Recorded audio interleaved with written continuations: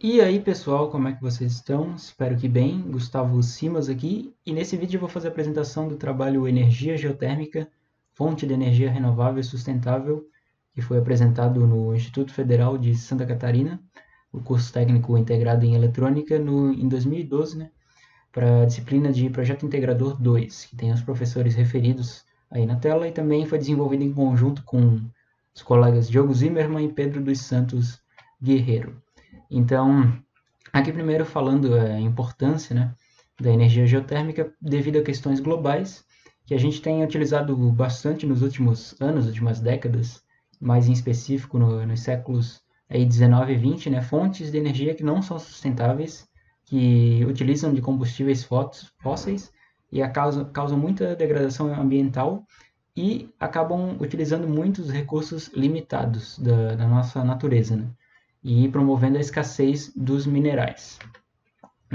Esse gráfico de 2008 da International Energy Outlook, ele acaba mostrando que o petróleo ainda é a maior fonte de energia. Então a gente tem aí energia por carvão, por gás natural, nuclear e as renováveis, lá no ano de 2008, 2009, né, eram apenas 9% do energia total das fontes de energia. Claro que agora, né, o ano que eu estou apresentando, gravando esse vídeo em 2020, pode ter elevado um pouco mais, pelo menos é isso que se espera, é isso que a gente deseja, né? Mas ainda assim, as fontes de energias não renováveis são muito utilizadas. Aí em 2008, a emissão de gás carbônico em megatonelada ficou em torno de 12 mil, né, megatoneladas, acabou sendo mais gigatoneladas, né? Temos também outras fontes, né, por óleo e gás. Com isso, a gente verifica que há necessidade de ter alternativas, né, de ter energias renováveis e sustentáveis e sem emissão de poluentes, pelo menos sem emissão de poluentes no desenvolvimento já na produção de energia. Né? É claro que a gente vai emitir poluentes em alguns passos iniciais para, por exemplo, a fabricação de equipamentos necessários para a implantação do sistema. Então, a gente tem aí novas formas de produção de eletricidade. A gente tem algumas vantagens ambientais e também vantagens financeiras, né, econômicas, e que a energia geotérmica também vai ter algumas distintas funções, ela não vai servir simplesmente para a geração de eletricidade, tem algumas formas variadas de obtenção, e é um tipo de exploração, né, de energia sem degradação ambiental. Então, a energia geotérmica, o próprio nome, a etimologia já apresenta, né, que geo é terra e termos, né, vem do grego de calor, né, de temperatura, e ela utiliza o calor do núcleo da Terra, não necessariamente do núcleo da Terra, mas das camadas, né, da crosta, entre outras camadas da Terra. Ela transforma as energias térmica em mecânica, né, mecânica no sentido de dinâmica, de cinética, de rotação das turbinas, e a rotação das turbinas acaba promovendo a indução elétrica, eletromagnética em motores que acabam promovendo a energia elétrica que depois é processada, né, transmitida e distribuída para os usuários finais. Então, cada camada tem a sua próprio nível de calor e também de pressão. Aqui uma breve introdução ao vapor e ao calor geotérmico, né? Isso já é um conhecimento de vários séculos, que tinha um modelo inicial de calor do centro da Terra do físico, matemático e filósofo alemão Athanasius Kircher, que ele estudava esses diferentes, foi um dos primeiros estudiosos a avaliar os diferentes níveis de temperatura também da Terra, e a gente acabou aumentando muito o nosso conhecimento com esses estudos e mais interesses focados nessas pesquisas. Né? O uso do vapor já é registrado aí desde o século I com Heron de Alexandria, que tinha esse mecanismo de Heron, e a Eulípila, que era um aquecimento no sistema aí, como é demonstrado na figura no diagrama, né? Um sistema de aquecimento que aquecia a água nesse recipiente circular, né? Esse recipiente redondo, que promovia, por meio de encanamento, a, a condução da velocidade e condução dos vapores produzidos e eram expelidos por meio dessa esfera circular, né, desse elemento circular por meio de 2 caninhos, e com isso promovia a rotação de um disco, né? A rotação desse elemento, dessa esfera. E o uso do vapor também era utilizado ao longo do tempo com desenvolvimento de transporte em locomoção e mecanismos atuais também de trens, como o trem a vapor e também o barco a vapor. E o uso do vapor depois, mais à frente, com a chegada da energia elétrica, foi feito para geração de energia elétrica, né, para rotação de turbinas e indução e geração de energia elétrica, e também para a energia nuclear, a termoelétrica e a própria energia geotérmica utilizam do vapor, né, da cinética dinâmica do vapor, como forma de indução e geração de energia elétrica. Então a Itália ela foi a pioneira na indústria geotérmica. A gente tinha aí que a princípio foi utilizado e investigado que os geysers poderiam ser utilizados na região lá de Larderello, na Itália, né, que foi a primeira usina na região lá da Toscana, na Itália, a ser feita um tipo de energia geotérmica e aproveitar esse tipo de fonte de energia. Claro que o sistema era muito mais mecânico e não era não tinha tanto aproveitamento, tanta eficiência quanto atualmente, né? Então aí mais algo relacionado à história, a gente tem em 1904 a primeira demonstração pública de que a energia geotérmica seria viável. Em 1913, a usina com potência de 250 kW, e claro que depois na Primeira Guerra acabou não sendo muito focado nisso, né, na Primeira Guerra de 1914 e 1918, e lá na Segunda Guerra Mundial, que durou de 1939 a 1945, acabou sendo destruída essa usina na região da Itália. E a Larderello, né, essa usina, hoje já é um local turístico por conta do valor histórico que ela tem, e tem essa usina em funcionamento, né, com museus e alguns locais de visita para verificação histórica da importância do local. Então, a energia geotérmica funciona fazendo primeiramente a análise e a sondagem do solo, né, para avaliar com geólogos e com especialistas técnicos geotérmicos para verificar se é viável a implantação do sistema geotérmico. E esse técnico, esse grupo envolvido, tem que ter conhecimento em geografia, em geologia, em sismologia e em pedologia, né? Pedologia, no caso, não é voltado a estudo dos pés, é voltado a estudo do solo. E, posteriormente a isso, tendo feito toda a avaliação e aprovação do solo, é feita a perfuração e a implantação dos canos, né, do encanamento, para obtenção do vapor ou da água, que depois é aquecida nas diferentes camadas, né, ao longo do percurso dessa água que é extraída mais do fundo, né, da camada da terra, até ser feita a geração e rotação de turbinas para geração elétrica. Aqui a gente tem uma parte animada, né? Claro que, infelizmente, aqui no PowerPoint não vai dar para visualizar, mas ele tinha uma animação que era possível identificar as diferentes, né? O núcleo interior, o núcleo exterior, o manto e até a crosta da Terra, que são as diferentes camadas aí localizadas a crosta, que é a mais superficial, né? Que tem a espessura aí de 5 a 80 km, e o núcleo anterior, que tem a espessura aí de 1.200 km e tem a Terra, né, no caso, tem um diâmetro aí em torno de 12.700 km.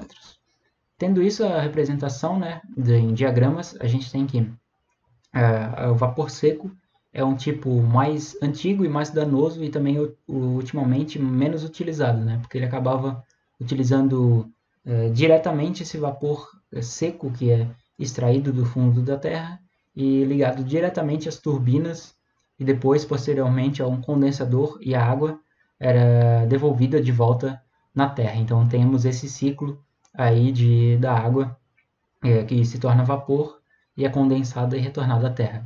E ultimamente, né, atualmente, o vapor flash, essa técnica é mais utilizada porque ela é mais nova, ela é menos danosa a tanto aos equipamentos quanto à própria natureza, né, e acaba sendo a mais utilizada por conta dos benefícios e das qualidades apresentadas por conta dessas características. Então a gente tem no vapor flash essa técnica que a gente extrai o vapor da terra e temos um separador que também é uma espécie de filtro que vai extraindo qualquer tipo de elemento que seja danoso, né, que seja muito ácido, ou seja, muito perigoso, no caso, para os equipamentos, para o encanamento, e até mesmo para a turbina depois no gerador.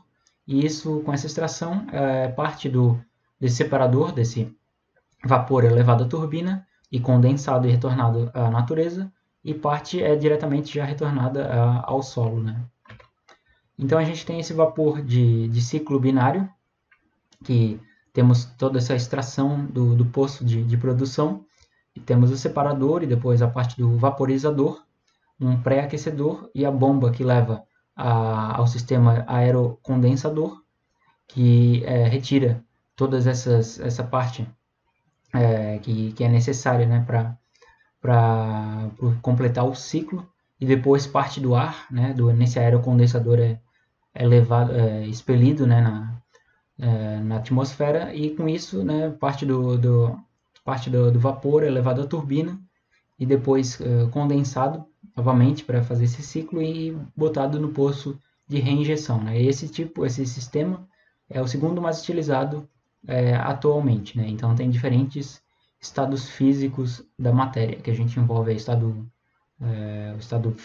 líquido, gasoso e também o sólido, no caso, não temos, né? Mas temos basicamente aí o estado líquido e o estado gasoso. Em relação aí a geografia, né, da natureza, a gente tem essa relação com as placas tectônicas.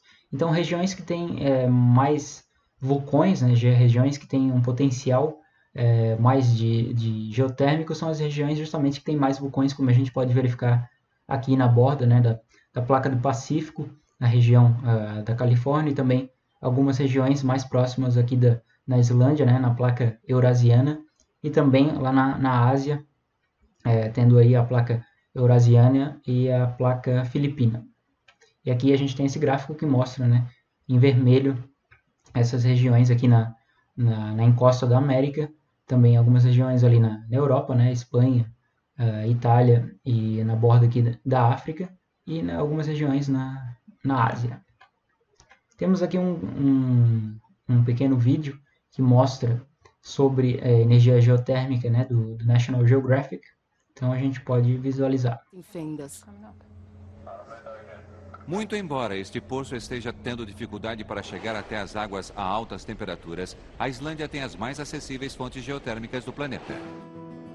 Isso acontece porque ela está situada sobre um dos locais quentes mais voláteis do mundo, a dorsal mesoatlântica ou crista oceânica do Atlântico. Ao longo da fratura de 65 mil quilômetros, as placas norte-americana e euroasiática se afastam quase 2,5 centímetros anualmente. Com o magma e os lençóis subterrâneos se aproximando da superfície, o calor vai ficando mais acessível.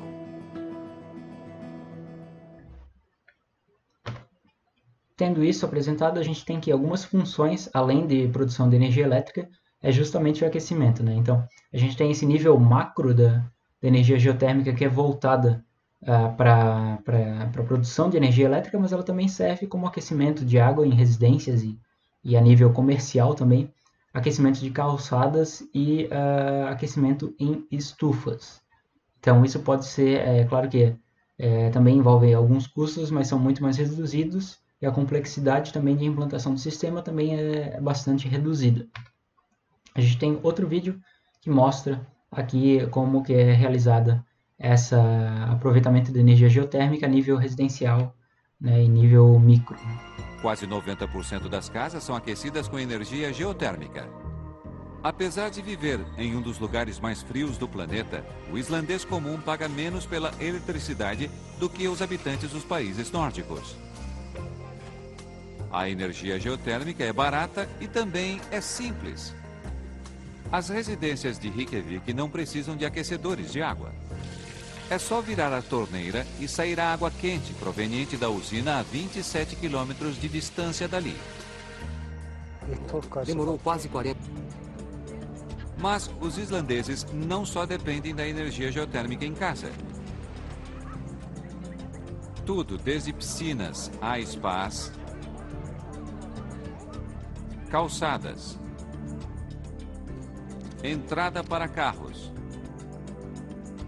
estufas,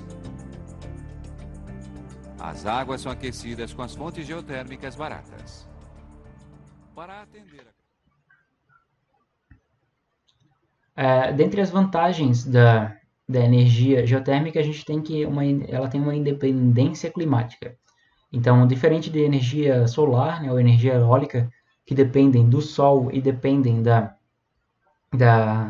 dos ventos, né, da dinâmica dos ventos, respectivamente, a energia geotérmica não tem esse fator climático dependendo. Claro que tem dependências de região, né? Algumas regiões são mais propícias do que outras, mas a energia geotérmica pode ser gerada num contínuo, assim, né? Não tem algumas dependência temporal, só algum espaço de tempo no dia que é mais apropriado. Não, a energia geotérmica, ao longo de todo o dia, ela pode ter um potencial alto de geração de energia elétrica. Além disso, ela é uma energia limpa, sustentável, renovável e multitarefa aí no sentido de que não só produção de energia elétrica, mas também para a parte de aquecimento. Né? Temos aí o Doug Heffernan, que é um chefe executivo da Mighty River Power, né, que é essa indústria aí de energia elétrica, né, que ele diz que a energia geotérmica caminha para a era da renascença. Esta é a única renovável em que se pode confiar. Então temos aí uma parte, no caso, isso foi dito lá no começo dos anos 2010, né? Então isso foi já focando na renascença, né, da energia geotérmica, que acabou sendo muito utilizada no começo, não muito utilizada, mas sendo descoberta lá no início do século XX e depois, por conta de migração, né, em foco em outros tipos de energia, como a energia mais a carvão, a petróleo e também nuclear, acabou sendo esquecida, mas agora pode estar sendo reutilizada aí no século XXI. Em termos de vantagens, a gente também que ela é um tipo de energia que produz empregos, né? E ela produz mais com menor capacidade. A gente tem aí a comparação da capacidade mundial instalada e a produção, né, dados de 2008 da International Energy Agency, que é a energia eólica, né, tendo uma capacidade de 120 gigawatts, tem uma produção aí de 219 terawatts. A solar, capacidade de 15 gigawatts, produção de 12 terawatts hora. E a geotérmica, com uma menor capacidade, acaba, né, capacidade aí de 11 gigawatts, acaba produzindo 65 terawatts hora ali, sendo mais proveitosa do que a solar, por exemplo.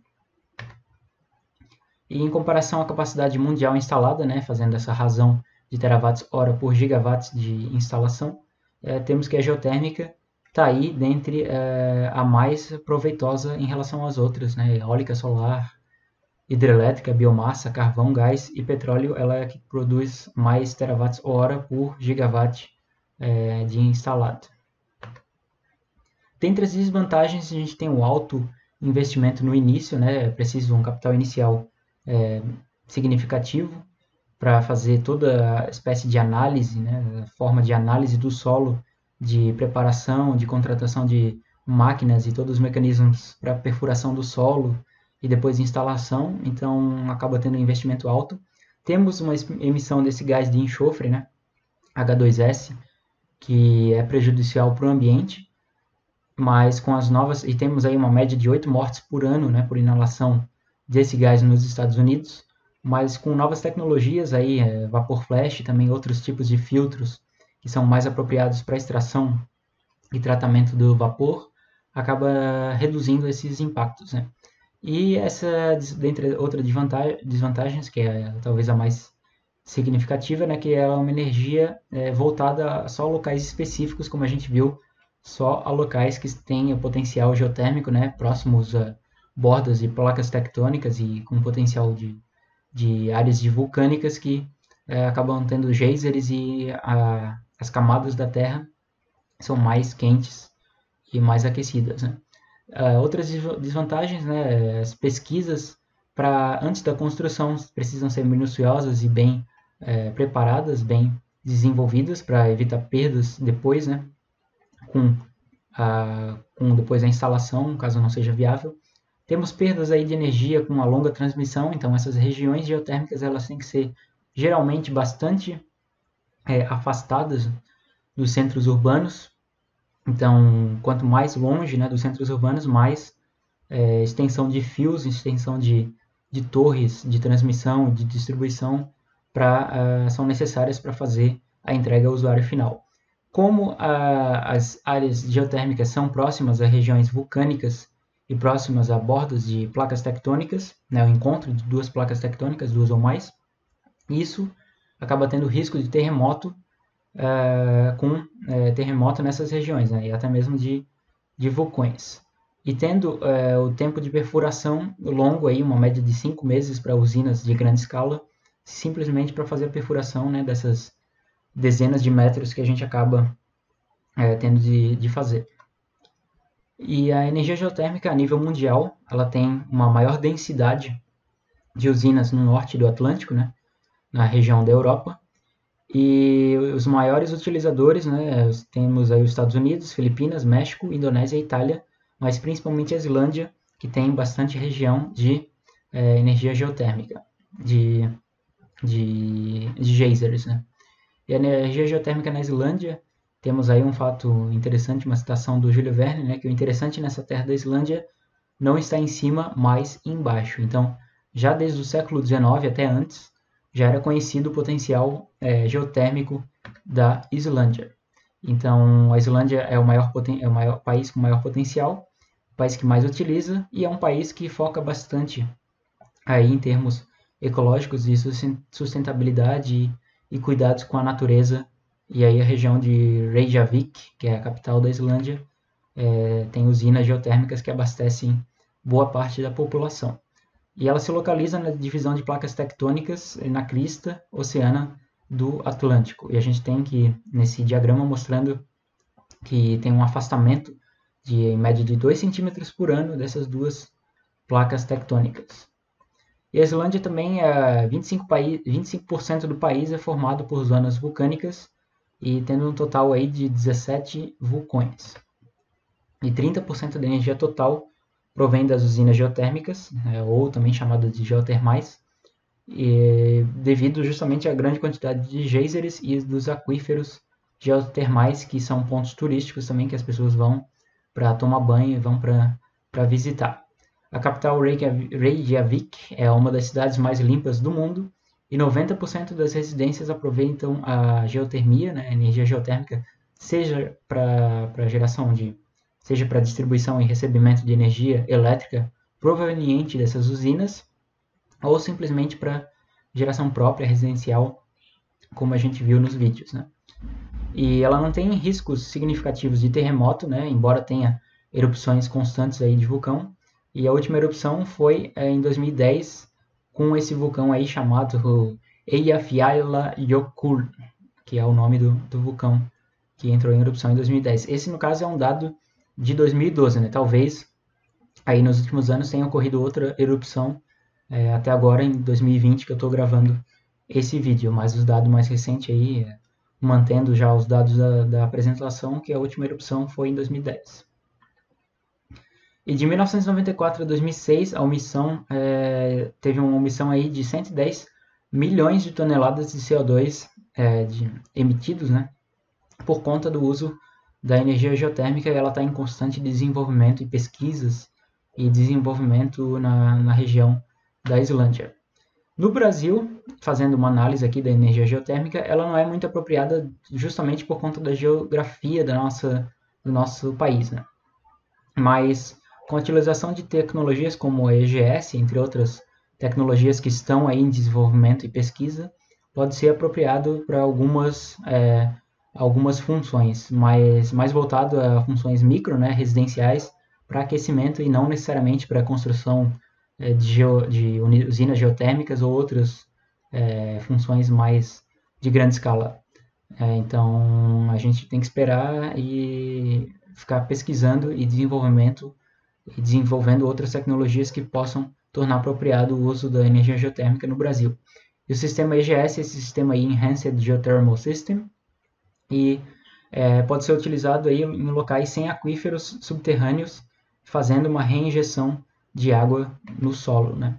Temos aqui esse outro tipo de tecnologia em desenvolvimento, que é a perfuratriz de chama, que não tem a necessidade de broca, né? Ela só utiliza uma chama ultra quente aí, não tem desgaste, não tem troca das brocas que são de diamante ou brocas que são mais caras, né? Então temos aí a Potter Drilling, que é uma das empresas pioneiras a utilizar essa tecnologia.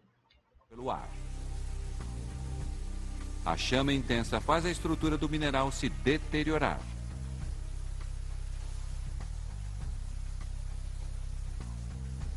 O teste está completo.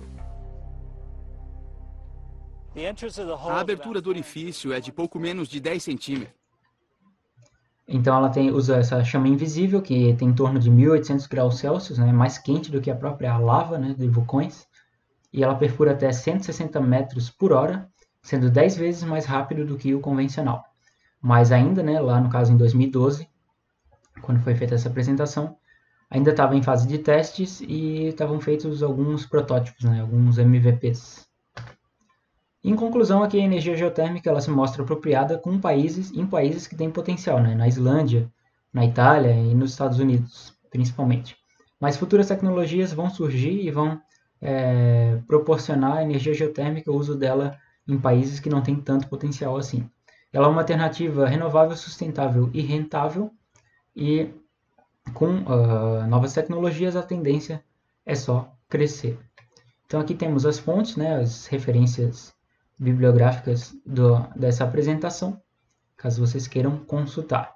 Então, esse foi o trabalho apresentado em 2012 de energia geotérmica para a disciplina de Projeto Integrador 2 do Instituto Federal de Santa Catarina e o curso técnico integrado em eletrônica. Espero que tenham gostado, deixem o like no vídeo, inscrição no canal, que isso ajuda bastante. Tem uma outra playlist aí no canal com outras apresentações de trabalho, caso queiram consultar, vai ficar aí nas sugestões no final do vídeo. E até a próxima, valeu!